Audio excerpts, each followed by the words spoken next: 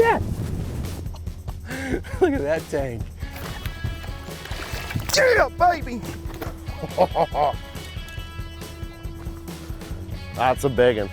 Yes, sir. Here it is, hot off the presses, the brand new schedule 2022 for the Bassmaster Opens. Tommy Sanders here with Ronnie Moore. And just as in the past, 3 different divisions, Ronnie, 9 tournaments in all, which means 3 in each division. Why don't we start with the Southern? Let's go Southern. The Southern Opens, we start out in the great state of Florida. It's a great time of year to be there, whether it's January or February. The big bass in Florida always show up. The Kissimmee chain, always a dynamic place. Do you stay in Lake Toho? Do you lock through to the other lakes that are available to you? That is always the question, and we've seen it won in many different places, and we've seen the heaviest weight ever in the Opens come from a 3-day event here at the Kissimmee chain. So that's always a great way to kick off the Southern Open. So much history there, multiple classics through the years held there. And whatever strategy you have, it has to be a strategy that includes some giants because people are going to show up with giants that time of year. And it really could be. You get the moon in the right time, you get the weather lines up correctly, and you can see 30-pound bags. We've seen at least a 10-pounder almost every year we're there. So you're never out of it because that big bass could show up for you at the right time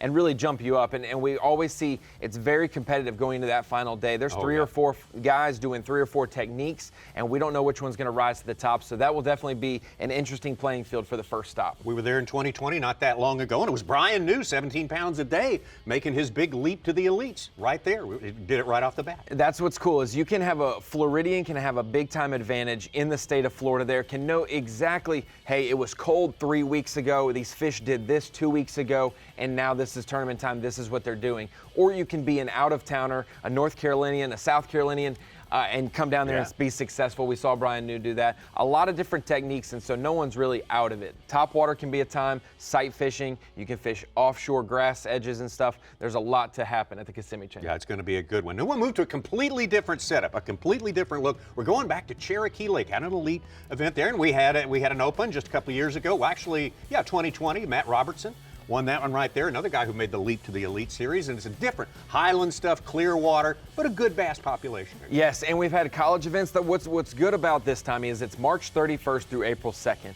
which means it's going to be a different look than we've seen for a lot of the other events. When we've had the Elite Series there before, it was February, it was very cold. The water and the lake looked drastically different. I mean, it was 20, 30, 40 feet lower than full pool. And then we've seen the Opens there, like you said, a very tough time where limits were few and far between. But this March 31st through April 2nd, it could be wide open with techniques. It could explode, sure. You've got largemouth, you've got smallmouth. Smallmouth seem to always get it done there at Cherokee. The population and the growth over the last few years, they're really getting big at Cherokee. And during March 31st through April 2nd, we could see cold weather creep in there, and it could be a pre-spawn deal. It could be an early spawn deal as well if the warm weather hits East Tennessee correctly. But Cherokee, a vast fishery as well, pretty big for its given size and where it's at. So 200 plus boats should be able to navigate around, get into the backs of the creeks. Sometimes we've been there, it's only been the main drag that's played. There'd be more water in it for one thing. Yes, so more water, more places to fish, and both species will definitely be on the plate that week. All right, the third in the southern region is, of course, going to be Lake Hartwell. We know so much about Lake Hartwell, multiple classics, but dating back to 2008, we know so much about Lake Hartwell, except how to formulate a plan that works all the way through. We never seem to know till the final day how one of these tournaments is going to turn out. It seems like if you target big largemouth that you're going to be the day one leader and maybe fizzle out day two, maybe hold that position, but making largemouth factor all 3 days can be very difficult. And in the fall, we saw Patrick Walters win a Bassmaster Open there not too long ago. In the fall, you're going to see a lot of pelagic fish. There's going to be those deep summer fish that are still out there, but maybe they're going to suspend more. Look at that top water a little bit more. Look at those swim baits a little bit more. But then you will see those guys that factor because they get up in the backs of the creeks and they make that largemouth game happen. If you can get 1 or 2 good largemouth bites a day that time of year in October, the 6th through the 8th, if you can make that happen, that'll be big time. And one thing that's for sure, there won't be a lot of boaters probably out on Lake Hartwell because that's football season, but we won't have to worry. There will be no Clemson problems there. We'll have all our eyes on the Bassmaster Open at Lake Hartwell. And it'll be in October, so we don't have to worry about 9 degrees at takeoff like we had in the Classic back in 2015. Exactly, and so we're going to be able to see all the way from the dam, all the way up to Tougaloo and the Seneca Rivers. All of Lake Hartwell will be able to factor, but I will keep my eyes on those islands and those long points that jut out into the main channels where those fish have been living all summer. They're going to pull up there, and so it's going to be a great playing field. It's one we know, but it's a little bit different every time we go there, whether it's the same week or not.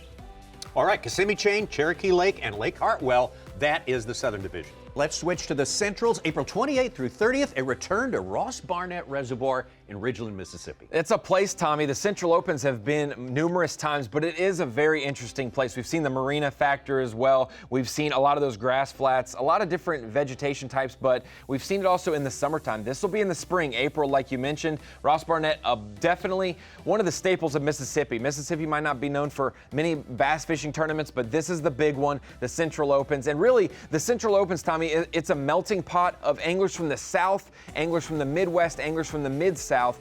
A lot of different people all the way from Wisconsin to Florida will come and fish the Central Open. So it's a good little mixture of tough river fisheries as well as big bass places. And so Ross Barnett kicks it off. Then we go to the Red River, but it's going to be a few months later. In September, the Red River, it's one of those places that, hey, if you can figure out how to catch good weight on the Red River, you need to harness that and put it in a bottle because it is a very challenging place. But for 200 plus anglers fishing the Central Opens, they're going to break it down. Do you make a long run and lock through? Do you stay close and maximize your time? What are you going to do about navigating wise, making sure you don't get stuck in some sandy areas? A lot to be offered at the Red River, and it's one of those grinder type events that you really want to look at and say, hey, I'm going to see who's going to mentally stay in the game all 3 days of this event, September 22nd through the 24th. Then we're going to end it 1 month later at a big bass fishery. Sam Rayburn, October 20th through the 22nd.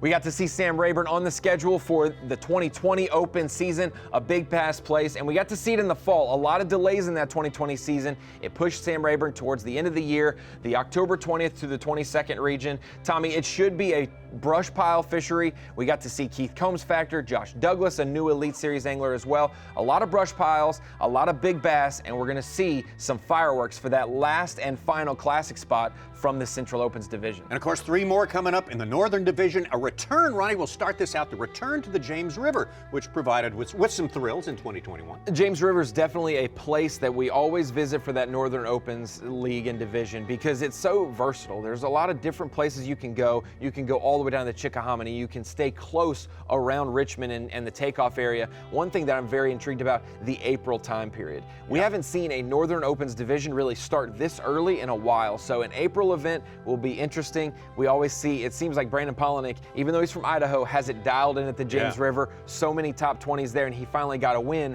this past season doing that at the James River. But like I said, April, you're going to see a lot of power fishing come into play. Depending on that Richmond, Virginia weather, it could be a little cooler, but it should be wide open with that warm weather coming in. Those fish should really react well. Massive place. You can burn a lot of gas there if you want to, but I wonder if it really pays off. Yes, you can run as far as you want. You can stay as close and maximize your time. Running the tide often is something that people test with. And like you said, with Hartwell for the Southern Division, it seems like something different every single day. You can't make it happen 3 days. Running tides at the James River can really be tricky and get you caught. So these guys are going to have to definitely play the strategy game, and I'm glad, like you said, for camera boat drivers, it's a lot of gas you're going to burn. That's right. So there's a lot of boat ramps to test out. A lot of practice areas will be explored at the James River. Lots of history on the James River. Classics there in, 88, 89, and 90, 3 years in a row. Yes, indeed. It's a legendary place, and every time I've been there on the water, Tommy, it looks very similar, but the intricacies. If you find a key laydown in 20 laydowns in a row, there will be one that will hold a bass or two every single day, and you can go back same time or a different tide, doesn't matter. Fish will relate to the similar structure. Figuring out that in a maze of cypress trees and laydowns is very difficult, though. All right, the James River is a standby in the Northern Division. Also, Lake Oneida, going back there as well. Syracuse, New York, that giant natural bowl lake. Very different from pretty much anywhere else we go in all of our opens. Oneida is very interesting because the largemouth and smallmouth factor. It seems like the smallmouth guys really gain momentum early in the event. Day 1, day 2, you're going to see those smallmouth guys littered in the top 5. But when it comes down to the final day, it seems like largemouth guys always prevail. Now in 2021, it was a little tough. You time it up incorrectly in New York with the spawn. It could be immediate post spawn. You could be in the heat of the spawn. Depending on how their weather is and how obviously the ice off affects those fish, you could really have a wide open event. But all I know is before 2021, the weights were getting better and better at Oneida. I believe this stat was 40th place one year with the weight that it took over 30 pounds to get 40th place in the last check. The next year, that same weight was in the hundreds. So the weight has definitely gone up at Oneida. Timing it correctly will be interesting. And hey, if you want to do largemouth, you can. if you want to live with smallmouth, you can do that as well. Yeah, I wonder did the weight go up because we're kind of transitioning from perch into gobies there? I think that there's a lot of different forages you can do it, the weather as well. And one thing I will say, if you've never been to Oneida, I learned this very quickly out in the camera boat watching. If you see birds diving, you better go over there and make a few casts because you could change your day in a heartbeat. I like to say practice for 3 days, and if you don't see birds diving, stick to your game plan. If you see birds diving, throw out your game plan and focus on them until they're no longer looking at those bait fish, because you can find hordes and hordes of smallmouth attacking those fish. Ideally, by that time in July, they'll be packed up, but you don't know. You never know till we get there. That is the hard thing. How deep into summer is it? Is it just off that spring, like I said, that spawn transition into the immediate post-spawn?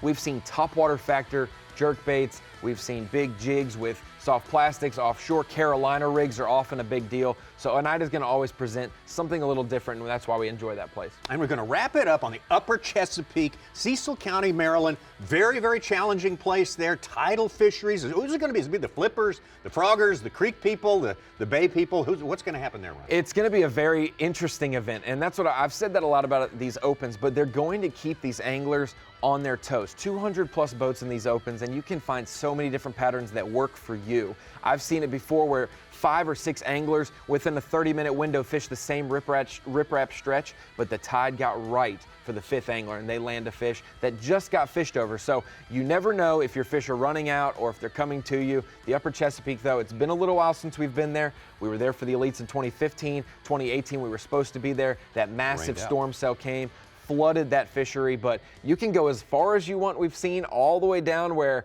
I mean, crustaceans, and you're down there where it's almost saltwater influx. Or you can stay close to the northeast area, that Cecil County region, and fish near takeoff. That's the thing. A lot of techniques, like you said, though. Finesse, you can power fish, you can flip. We've seen a lot of awesome Bassmaster moments from there. And rain can not only flood the place in advance of a tournament, the long-term rain outlook makes a big difference in how the grass grows and where it grows. So that's a big thing to factor in as well. Yes, water clarity, even on a tidal place, it's always going to be a little dirtier, but there's a difference between stained water on a tidal fishery and dirty water. And so if it's a little stained, that grass can really grow and get healthy, especially out on the flats, those Susquehanna flats. That is something that we haven't seen necessarily factor in a lot of our Bassmaster events recently there, but we've seen it in a lot of local events. That is the place to go. It's big enough for a lot of people, but man, finding this exact prime spot there is difficult. So docks, grass, riprap, tides, a lot to offer there, and I'm excited about that one. Yeah, that'll be a great way to wrap up the season for the Opens, the Northern Opens, and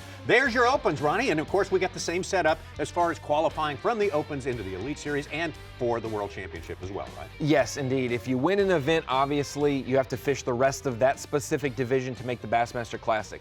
Now, it's been highly competitive, despite what people thought with, hey, the Opens are the attraction. They are the qualifying, the feeder system, 200 plus boats. Everyone wants to get an Elite Series spot, and so the top competitors in each division will qualify, and then overall, obviously, benefiting those who decide to, hey, I'm going to go out and fish all 9 Opens. I'm going to put my name in the hat for each division and overall. That just ups your chances on making the Elite Series. But like you said, Elite Series qualification, prize money as well, and a classic spot, a lot up for grabs, the Opens, and we get to really see some personalities. We get to see these young anglers jumping from the College Series into the Opens.